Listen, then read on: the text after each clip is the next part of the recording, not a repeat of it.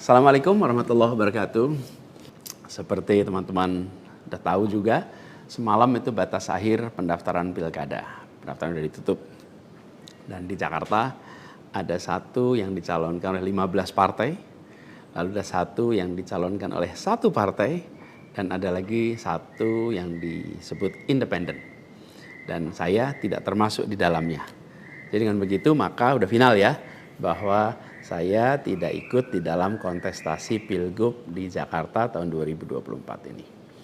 Dan kemarin juga sebetulnya kita menerima undangan, tawaran untuk ikut dalam kontestasi Pilgub Jawa Barat. Kita apresiasi sekali ajakan ini, panggilan ini, tapi dengan mempertimbangkan berbagai faktor, kami putuskan untuk tidak mengikuti kontestasi di Jawa Barat. Nah, saya ingin sampaikan beberapa poin respon singkat atas situasi yang saat ini sedang terjadi. Pertama, saya ingin sampaikan terima kasih. Terima kasih banyak kepada semuanya yang selama 1,5 tahun ini, hampir 2 tahun, ikut mendukung perjuangan yang luar biasa di jalur Pilpres, Pilgub, sampai dengan titik ini. Gak bisa saya sebut satu persatu, terlalu banyak. Tapi yang jelas semua yang terlibat adalah pejuang yang luar biasa, yang membuat perjuangan besar ini terasa jadi ringan, terasa jadi bermakna. Dan semoga Allah SWT, Tuhan yang Maha Kuasa, jadikan perjuangan kemarin sebagai catatan amal untuk kita semua. Dan insya Allah kita terus berjuang untuk tujuan yang sama ke depan. Kita selalu bicara tentang kesetaraan, keadilan, kesamaan kesempatan, keinginan untuk Indonesia yang lebih adil, lebih maju, lebih sejahtera buat semuanya. Nah, dalam itu juga, jadi 2 tahun terakhir ini ketika kami keliling, berkampanye, menemukan begitu banyak hikmah, pelajaran yang luar biasa. Saya berkeliling lebih dari 130 kota dan berjumpa dengan begitu banyak yang setiap jabat tangan bukan basa-basi. Jabat tangan dengan penuh rasa, sepenuh hati. Dan eratnya jabat tangan mencerminkan semangat yang menggelora di dadanya. Ada yang pelukan, ada yang jabat erat, ada yang pegang tangan. Dan semua adalah ungkapan keinginan untuk Indonesia lebih baik. Banyak sekali cerita-cerita dalam interaksi itu yang tidak mungkin terlupakan. Apalagi kalau lihat teman-teman muda. Masya Allah, luar biasa. Kiprah anak muda di dalam proses kampanye kemarin itu membuat kita makin optimis. Kenapa makin optimis? Karena kita punya stok anak-anak muda yang mau bekerja melampaui sekedar kepentingan dirinya, pribadinya. Ini kita masih di bulan peringatan kemerdekaan ya. Di bulan kemerdekaan ini kita memperingati perjuangan para pendiri bangsa yang pada waktu itu banyak sekali yang masih muda-muda. Jadi ketika lihat anak-anak muda yang kemarin terlibat, rasanya dan makin yakin kita masih punya stok pejuang yang amat banyak. Pejuang yang akan membawa Indonesia menjadi lebih adil, lebih baik buat semuanya. Jadi perjalanan ini memberikan optimisme yang sangat besar. Dan rasa optimisme ini makin tumbuh melihat berbagai elemen masyarakat sejak minggu lalu yang turun langsung mengawal keputusan MK dan mendorong tegaknya amanat reformasi yang memang kenyataannya ini, sayangnya ini, banyak dihadapi dengan cara yang represif dan berlebihan. Anak-anak muda cedera, luka di saat mereka datang untuk ikut mengirimkan pesan kami ingin mengawal konstitusi. Kami ingin meluruskan usaha pembengkokan atas konstitusi. Karena itu hadapi juga dengan rasa cinta sebagai saudara sebangsa. Ini sangat disesali dan ini tidak boleh berulang lagi. Tapi bukan anak-anak muda, jangan pernah gentar. Jangan pernah mundur. Insyaallah jadi catatan untuk diceritakan dengan rasa bangga. Ketika Indonesia konstitusinya terancam, maka anak muda tidak diam. Anak muda terlibat. Dan banyak juga generasi-generasi lebih senior yang memilih terlibat walaupun secara usia sudah senior. Dan gerakan ini juga jelas memberikan hasil. Apa yang terjadi? putusan MK tetap tegak. DPR dan KPU harus mengikuti. Dan di banyak daerah ada calon-calon yang diinginkan publik yang tadinya ditutup jalannya, kemudian terbuka. Kenapa? Karena elitnya dipaksa oleh konstitusi untuk memberikan jalan. Dan ini adalah sebuah kesempatan untuk kita memperbaiki kualitas demokrasi dan harapannya nanti mutu pemerintahan di seluruh wilayah Indonesia. Jadi kemudahan yang disediakan oleh MK ini bisa dimanfaatkan. Walaupun di beberapa daerah juga tidak dimanfaatkan oleh partai-partai merespon aspirasi yang sesungguhnya ada di masyarakat. Karena pilkada ini kan pemilihan di tingkat daerah yang harusnya mencerminkan aspirasi daerah, bukan aspirasi di puncak nasional. Tapi dalam kenyataannya tidak selalu semua bisa berjalan seperti itu. Nah, gerakan masif mengawal putusan MK di berbagai kota ini juga menunjukkan bahwa tidak benar bila rakyat Indonesia disebut sudah apatis, sudah tidak peduli pada kondisi demokrasi. Nope, sama sekali tidak. Harapan itu menyala, harapan itu menyala terang, dan insya Allah makin terang.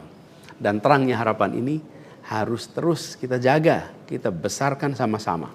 Nah, hal lain yang ingin saya sampaikan, bahwa takdir Allah, Tuhan Yang Maha Kuasa, sudah tertulis bahwa saya tidak mengikuti kontestasi kali ini. Dan sejujurnya ada selalu rasa lega setiap kali melewati sebuah persimpangan jalan. Ketika amanat itu diberikan, artinya Allah Subhanahu wa taala meyakini bahwa ini yang terbaik.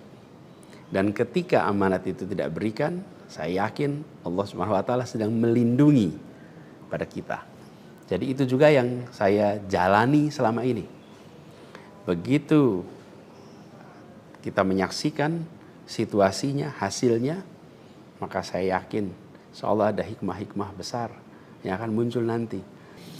Mungkin ada yang tanya, Pak Anies, ada nggak penyesalan tidak mengikuti pilkada ini? Kalau saya ditanya ada penyesalan, tidak ada. Ada penyesalan itu. Apa yang saya sesali? Yang saya sesali adalah aspirasi warga kampung-kampung miskin kota, rakyat miskin kota yang berdatangan ke rumah ini, di tempat sini. Setelah selesai Pilpres kemarin, bergantian, berombongan datang bergantian, menyampaikan keinginan, aspirasi, Pak tolong kembalikan kondisi yang kemarin kita rasakan. 1,5 tahun ini hilang. Dari mulai usaha untuk perbaikan kampung-kampung kumuh, perbaikan kondisi ekonomi mereka, yang selama itu kami selalu jadikan sebagai fokus perhatian. Dan selama berapa bulan ini saya datang mengelilingi mereka semua, mendatangi mereka semua. Ini yang saya, kalau dibilang perasaan ya, ada perasaan, waduh ini aspirasi ini gak bisa kita tuntaskan. Lihat warga kampung Bayam yang terlantar, berat rasanya. Lihat kampung-kampung yang setiap kali kita datang, Pak tolong ini dituntaskan, berat rasanya kalau mereka tidak bisa mendapatkan penuntasan atas usaha meningkatkan kesejahteraannya. Itu yang kalau ditanya sebagai rasa sesal, bagaimana rakyat miskin di Jakarta yang menjadi fokus perhatian kita tidak bisa saya penuhi harapannya. Para saudara-saudara semua, warga kampung di Jakarta, rakyat miskin kota, saya minta maaf karena tidak bisa membantu melalui jalan pemegang kewenangan, pembuat kebijakan. Tapi bukan berarti perjuangan kita berhenti dan bukan berarti kita ikhtiar kita selesai di sini, enggak. Dengan cara lain nanti kita sama-sama berjuang untuk bisa memperbaiki kondisi rakyat miskin kota yang saat ini sedang menghadapi tantangan yang besar sekali. Saya minum kopi dulu ya. Jadi catatan lain yang saya rasakan ya ketika mengikuti proses ini semua, bahwa terbuka kenyataan bahwa sistem politik kita, demokrasi kita masih amat ringkih. Dan kita punya PR untuk mengajak seluruh rakyat memiliki kesadaran yang lebih baik tentang proses politik, tentang proses demokrasi agar demokrasi kita itu bisa berjalan dengan benar, berjalan dengan baik, dan hasilnya adalah untuk dirasakan seluruh rakyat. Ini PR tersendiri dan bukan sesuatu yang sederhana, tapi kita harus kerja keras. Dan saya rasa kita jangan berhenti di sini. Karena itu salah satu tujuan besar yang akan diperjuangkan ke depan adalah meningkatkan kesadaran politik dan demokrasi Indonesia.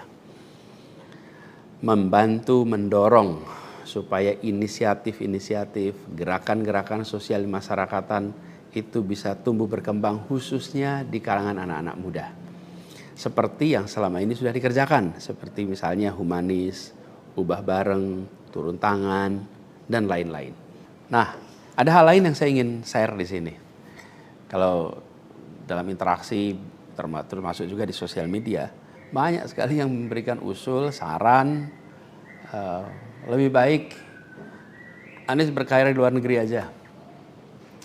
Ada yang usul saya ke lembaga-lembaga internasional, ada yang berusul saya untuk mengajar di kampus-kampus di luar negeri. Saya jawab tidak, insya Allah tidak. Saya mencintai Indonesia secara tanpa syarat. Di sini saya dilahirkan, di sini saya dibesarkan, dan di sini saya akan berjuang. Kecintaan pada Indonesia membuat saya tidak akan bisa meninggalkan tanah ini. Saya akan tetap berada di Indonesia. Saya akan tetap berkarya di Indonesia. Saya akan tetap berjuang di Indonesia bersama dengan saudara-saudara sebangsa untuk membuat Indonesia lebih adil, lebih sejahtera bagi semuanya. Saya tidak akan meninggalkan Indonesia dan bekerja di tempat lain hanya karena situasi yang saya hadapi. Insya Allah ini akan terus menjadi pegangan saya ke depan.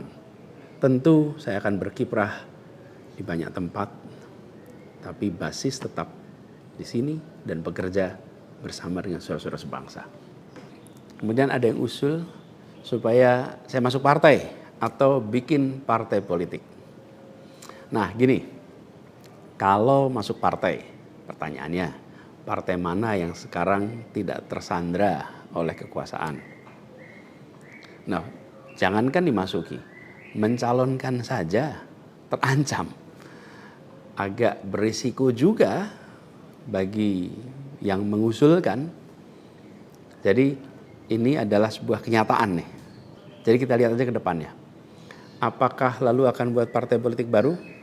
Gini, bila untuk mengumpulkan semua semangat perubahan yang sekarang makin hari makin terasa besar, dan itu menjadi sebuah kekuatan, diperlukan menjadi gerakan, maka membangun ormas atau membangun partai baru, mungkin itu jalan yang akan kami tempuh.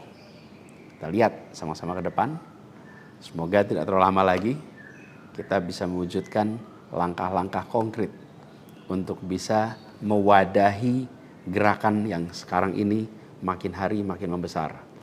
Menginginkan Indonesia yang lebih setara, demokrasi yang lebih sehat, politik yang lebih mengedepankan policy gagasan. Ini respon saya atas situasi yang sedang terjadi saat ini. Saya ingin sampaikan pada semua di akhir ini kutipan yang pernah saya sampaikan pekan lalu. Kutipan dari René de Klerk yang dimasukkan oleh Bung Hatta ke dalam pledoinya di tahun 1928 di Den Haag. 96 tahun yang lalu Bung Hatta menggunakan kalimat ini. Saya ingin ulang kalimat itu. Bunyinya begini. Hanya ada satu negeri yang menjadi negeriku. Ia tumbuh dengan perbuatan, dan perbuatan itu adalah perbuatanku. Insya Allah segala perbuatan yang saya lakukan ke depan masih terus tetap dan akan selalu ditujukan untuk negeri yang saya cintai ini, Indonesia. Dan saya harap makin banyak di antara kita semua yang mau bergerak bersama kita, bersama kami untuk Indonesia, untuk keadilan, untuk kesetaraan, untuk kebersamaan, untuk persatuan yang ada di negeri kita. Terima kasih semuanya. Salam hangat dan hormat. Assalamualaikum warahmatullahi wabarakatuh. Menjunjung tinggi prinsip jurnalisme dalam setiap tayangan terbaiknya.